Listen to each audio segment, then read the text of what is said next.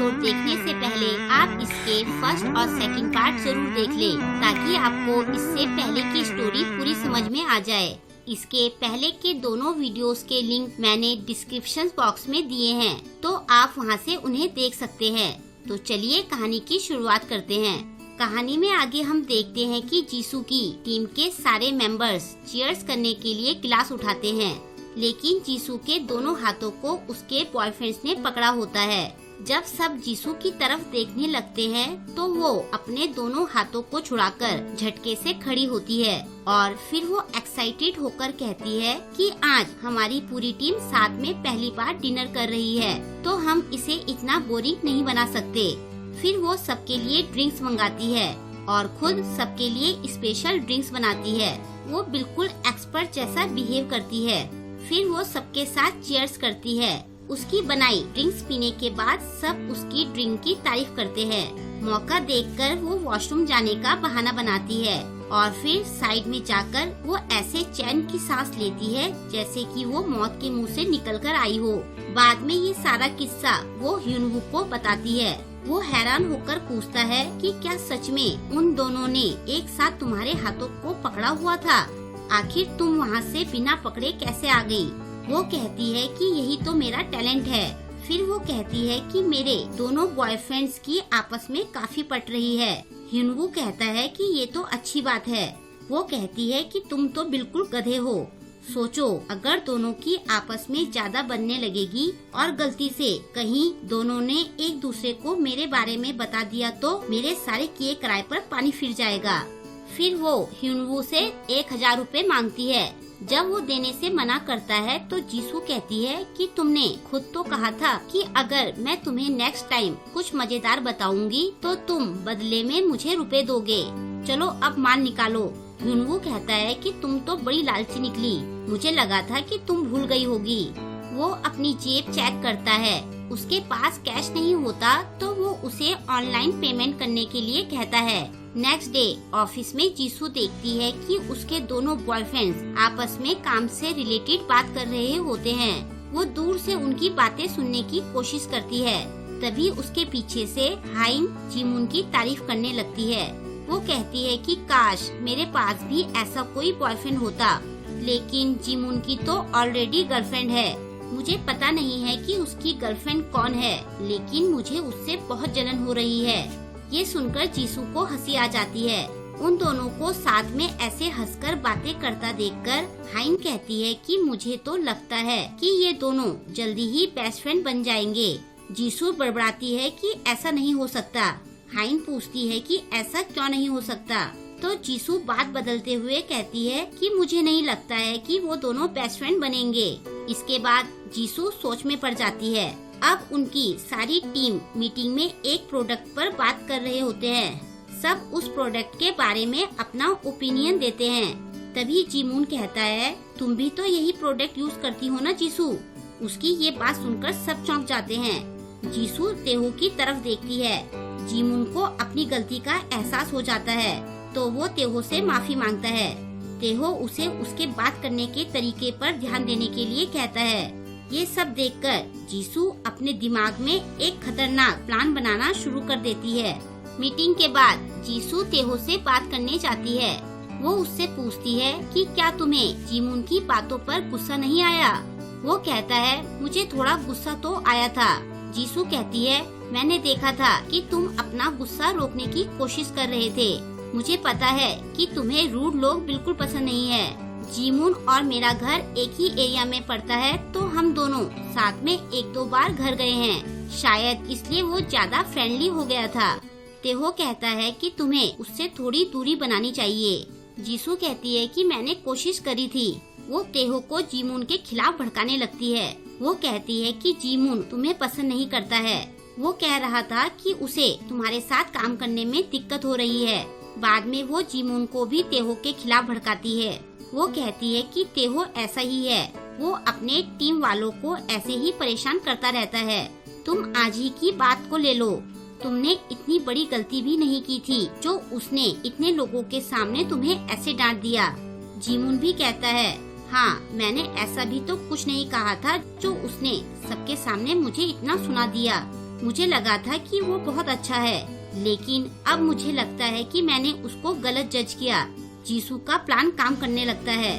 Next day office में वो देखती है कि जीमून और तेहो ने आपस में पहले जैसी बातें करनी बंद कर दी हैं। जीसू की तबीयत खराब हो रही होती है। येनवू उससे पूछती है कि क्या तुम ठीक हो। हाइन भी कहती है कि तुम्हें कल से खांसी हो रही है, तुम शायद ज्यादा बीमार हो। जीसू सबसे कहती है कि मैं ठीक हूँ। जीमून उससे आकर पूछता है कि क्या तुम ठीक हो? वैसे तुमने अपना काम तो खत्म कर लिया है, तो तुम्हें घर जाकर रेस्ट करना चाहिए।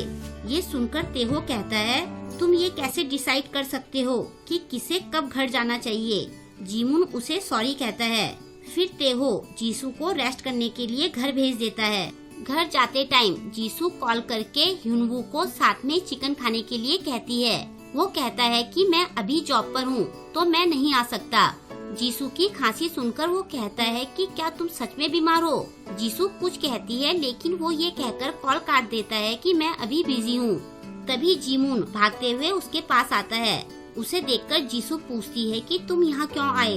वो कहता है कि मुझे ऑफिस के काम से वैसे भी बाहर आना था, तो मैं जल्दी आ गया ताकि मैं तुम्हारे खाने के लिए कुछ बना सकूं।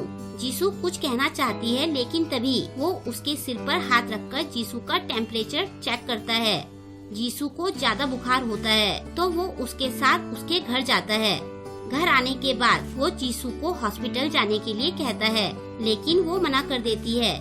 जीमून को अपने लिए परेशान देखकर वो उसके सामने ऑनलाइन डॉक्टर से वीडियो कॉल पर अपना चेकअप कराती है। डॉक्टर उसे दवाई रिकमेंड करता है। उसके बाद जीमून उसे रेस्ट करने के लिए कहकर खाना बनाने चला जाता है। उधर ऑफिस से तेहो जीसू को मैसेज करता है, लेकिन जब उसे कोई रिप्लाई नहीं आता तो तेहो जीसू के घर जाने के लिए निकलता है।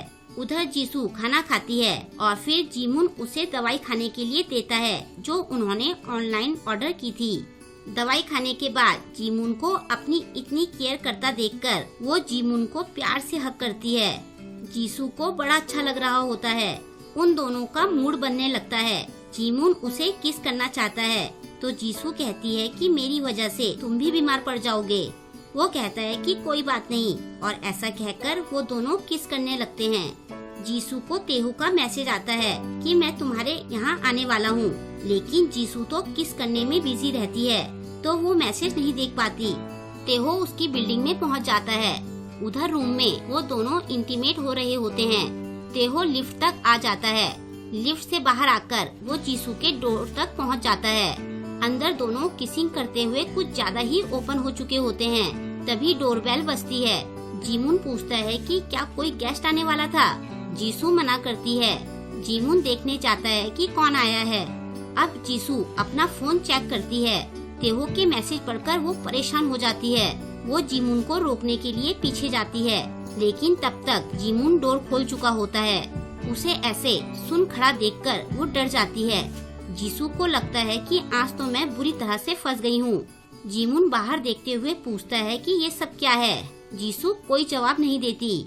फिर जीमून बाहर से एक पैकेट उठाकर पूछता है कि ये यहाँ कौन रख कर गया है। जीसू खोलकर देखती है तो उसमें चिकन होता है। उसे याद आता है कि उसने ऑफिस से आते टाइम ह्यूनवू को चिकन खाने के लिए कहा था। वो कहती है कि उसने तो कहा था कि मैं बिजी हूँ। जीमून पूछता है कि क्या तुमने ये मंगाया था। वो कहती है कि मैंने ये पहले मंगाया था। ये सुनकर जीमून वो पैकेट लेकर अंदर चला जाता है। अब जीसू की जान में जान आती है। अब हम देखते हैं कि थोड़ी देर पहले ह्यूनवू चिकन लेकर बाहर आया था, लेकिन जब उसने अंदर से आती इंटीमेट आवाजों को सुना तो उसने चिकन दरवाजे पर रख दिया था और फिर वो डोरबेल बजाकर वहाँ से चला गया। तेहो भी पहले दरवाजे तक आया था, लेकिन जब उसे ये याद आया कि वो मेडिसिन लाना भूल गया है तो वो मेडिसिन लेने वापस चला गया था। अब लिफ्ट में नीचे जाते टाइम ह्यूनवू तेहो को देखता है। उधर घर में जीसू बड़ी खुश होकर चिकन खाने के लिए उतावली हो रही होती है। तभी उसे याद आता है कि तेहो थोड़ी देर में आने वाला है, तो वो जीमून को वहाँ से जाने के लिए कहती है। ये सुनकर जीमून हैरान हो जाता है। वो कहती है कि मेरी मॉम यहाँ आने वाली है। जीमून कहता है कि आज तुमने पहली बार अपनी मॉम के बारे में बात की है। जब भी तुम्हारी फैमिली के बारे में कोई बात आती है तो तुम बात बदल देती हो। फिर वो कहता है कि जब तुम्हारी मॉम आ ही रही है तो मैं सोच रहा हूँ कि आज उनसे मिल लेता हूँ। देखो मैं ठीक तो लग रहा हूँ ना? वो कहती है नहीं, तुम बिल्कुल भी ठीक नहीं लग रहे हो। तुम्हारी शर्ट में बहुत बटन है और तुम्हारी पैंट भी बहुत काली है। उसकी बेवकूफी भरी बातें सुनकर जीमून को समझ नहीं आता कि मैं क्या कहूँ। जीसू हड़बड़ाहट में सब उल्टा सीधा बोल रही होती है। वो कहती है कि मेरी मॉम बहुत ओपन माइंडेड है। अगर उन्हें पता चला कि मैं अपने बॉयफ्रेंड के साथ रूम में अकेली थी तो पता नहीं वो क्या करेगी। ऐसा कहकर वो जीमून को बाहर भेज रही होती है। जीमून कहता है कि ये तो अच्छी बात है कि वो ओपन माइंडेड है। वो उसे जल्दी से वहाँ से भेज रही होती है। जीमून उसे रोकता है। जीमून के वहाँ रुकने से जीसू की हड़बड़ाहट बढ़ती जा रही होती है। वो पूछता है कि कहीं ऐसा तो नहीं है कि मुझे अपनी मॉम से मिलाने में तुम्हें शर्म आ रही है। वो कहती है भला मुझे तुम्हें उनसे मिलाने में क्यों शर्म आएगी। जीमून कहता है तुम हमेशा ऐसे ही करती हो। तुम कभी मुझे अपने फ्रेंड से भी नहीं मिलवाती हो, ना ही तुम मुझे हमारी फोटो इंस्टाग्राम या मेरे स्टेटस में लगाने देती हो, और आज भी तुम मुझे यहाँ से ऐसे ही भेज रही हो। इन सब का तो यही मतलब है कि तुम्हें मेरे साथ दिखने में शर्म आती है। जीसू को समझ नहीं आता कि वो इन सब बातों का क्या जवाब दे, तो वो खांसकर बीमार होने की एक्टिंग करती है। जीमून उसके लिए परेशान होने लगता है। वो कहती है कि ऐसा कुछ नहीं है, मैं नहीं चाहती कि तुम्हें मेरी किसी भी बात का बुरा लगे। फिर वो जीमून को घर भेजने लगती है। मैसेज में वो देखती है कि तेहो लिफ्ट से आ रहा है, तो वो जीमून को सीढ़ियों से जाने के लिए कहती है। वो कहता है कि मैं सीढ़ियों से क्यों जाऊं? तो वो कहती है कि तुम्हें एक्सरसाइज करनी चाहिए, वरना तुम मेरी तरह बीमार पड़ जाओगे। फिर वो उसे जबरदस्ती सीढ़ियों से भेज देती है और जल्दी से जाकर अपने रूम में चली जाती है। जब तेहो उसके घर आता है तो वो ये बहाना बनाती है कि मैं सो गई थी तो तुम्हारे मैसेज देख नहीं पाई।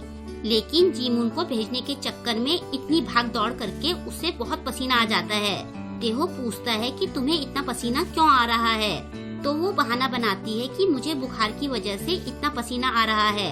ये सुनकर तेहो उसे हक करता है। फिर तेहो उसे बिस्तर में लिटाकर रेस्ट करने को कहता है। वो उसे अपनी लाई दवाई खाने के लिए कहता है।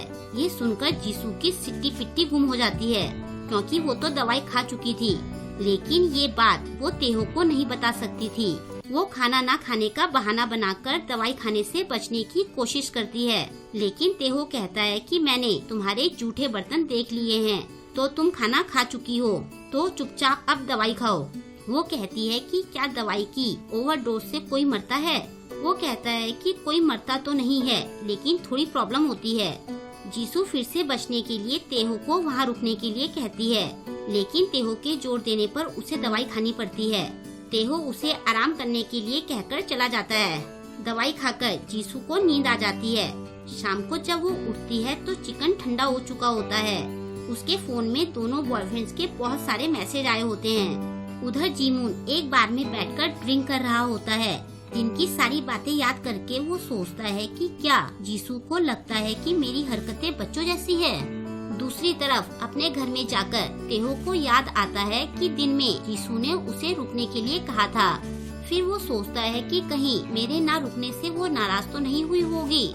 शाम को जीसू ह्यूनवू का वेट कर रही होती है। ह्यूनवू के आने पर वो उसे उसकी यूनिफॉर्म में देखकर उसका बहुत मजाक बनाती है। वो कहता है कि तुम्हारी वजह से ही मुझे यूनिफॉर्म बदलने का मौका नहीं मिला। वो कहती है चलो मैं तुम्हें चिकन की ट्रीट देती हूँ। ह्यूनवू उसका हाथ पकड़कर उसके हाथों की मसाज करता है। वो कहता है कि आजकल तुम्हें बहुत स्ट्रेस हो रहा है और इसी वजह से तुम्हारी तबीयत खराब हो रही है। जीसू कहती है कि दो बॉयफ्रेंड को डेट करने में बहुत एनर्जी लगती है, तो मुझे स्ट्रेस तो होना ही है। ये करना भी हर किसी के बस की बात नहीं है। ह्यूनवू कहता है लेकिन ये तुम्हारा स्टाइल तो नहीं है, छुपकर ये सब करना, पकड़े जाने से डरना और झूठ बोलना। तुम ये सब पहले नहीं करती थी। मेरे हिसाब से तो तुम्हें बिना किसी से डरे वो सब करना चाहिए जो तुम करना चाहती हो, तभी तुम किसी मुसीबत में नहीं फंसोगी, वरना आजकल तो तुम हमेशा मुसीबत में पड़ी रहती हो। उसकी बातें सुनकर जीसू भी सोच में पड़ जाती है। वो नेक्स्ट डे भी इसी बारे में सोचती है। ऑफिस में तेहो उससे उस कॉन्ट्रैक्ट के बारे में पूछता है जो उन्होंने मॉडल के साथ साइन करना था। जीसू भूल जाती है कि वो कॉन्ट्रैक्ट आज साइन होना था। तेहो उसे कॉन्ट्रैक्ट की सारी तैयारी करने के लिए कहता है, क्योंकि उन्होंने वो कॉन्ट्रैक्ट आज ही क्लाइंट को साइन करके देना होता है। बाद में जीसू की सारी टीम उस मॉडल का वेट करती है, लेकिन वो नहीं आती है। उसकी कॉल भी नहीं लगती है। जीसू को टेंशन हो रही होती है। तभी वो स्योक आकर बताता है कि उस मॉडल के सारे सोशल मीडिया अकाउंट बंद है और यूट्यूब से भी उसके सारे वीडियोस हट चुके हैं। मॉडल की तरफ से जीसू की टीम को कोई मैसेज नहीं भेजा होता है। वो स्योक चेक करके बताता है कि पिछले 3 दिनों से उस मॉडल के सारे अकाउंट बंद है। जीसू अपनी टीम को सॉरी कहती है, क्योंकि वही अभी तक उस मॉडल से डील कर रही थी। तेहो आकर पूछता है कि क्या हो गया है। जीसू उसे सारी बात बताती है। वो पूछता है कि अब तुम इस प्रॉब्लम को कैसे सॉल्व करोगी? क्या हम आज क्लाइंट को डील साइन करके दे पाएंगे? जीसू टेंशन में आ जाती है। वो तेहो को सॉरी कहती है। तेहो कहता है कि आजकल तुम ठीक से काम नहीं कर रही हो। पहले तुम बीमार पड़ गई, फिर तुम डील की डेट भूल गई और अब तुम्हारी मॉडल गायब है। क्या तुम ये प्रोजेक्ट हैंडल भी कर पाओगी? तभी जीमून बीच में आकर जीसू की साइड लेता है। वो कहता है कि ये सब रोका नहीं जा सकता था। हमें इस टाइम किसी दूसरी मॉडल को ढूंढना चाहिए। तेहो कहता है कि ये कोई ऐसी जगह नहीं है जहाँ बहाने बनाने से काम चलेगा और तुम मुझसे बहस करने की पोजीशन में भी नहीं हो। शायद तुम ये नहीं समझोगे क्योंकि तुम अभी छोटे हो। ये सुनकर जीमून थोड़े गुस्से में कहता है कि मैं इतना छोटा भी नहीं हूँ जितना आप मुझे समझते हो और मैं इस मामले में बोलने का पूरा हक रखता हूँ। अपने दोनों बॉयफ्रेंड्स को ऐसे लड़ते देखकर जीसू कुछ ज्यादा ही टेंशन में आ जाती है और यहीं पर यह एपिसोड एंड हो जाता है। अब नेक्स्ट एपिसोड में जीमून और तेहो के बीच की आर्ग्यूमेंट देखने में मजा आने वाला है और जीसू इस सारी सिचुएशन को कैसे संभालती है ये देखना और भी मजेदार होगा। तो वेट कीजिए इसके नेक्स्ट एपिसोड का।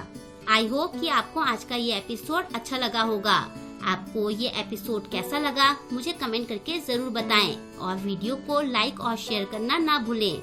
अगर अभी तक आपने मेरे चैनल को सब्सक्राइब नहीं किया है तो प्लीज मेरे चैनल को सब्सक्राइब कर दें और लेटेस्ट वीडियोस की नोटिफिकेशन पाने के लिए बेल आइकन को भी प्रेस कर लें। मिलते हैं जल्द ही नेक्स्ट वीडियो के साथ। Thank you.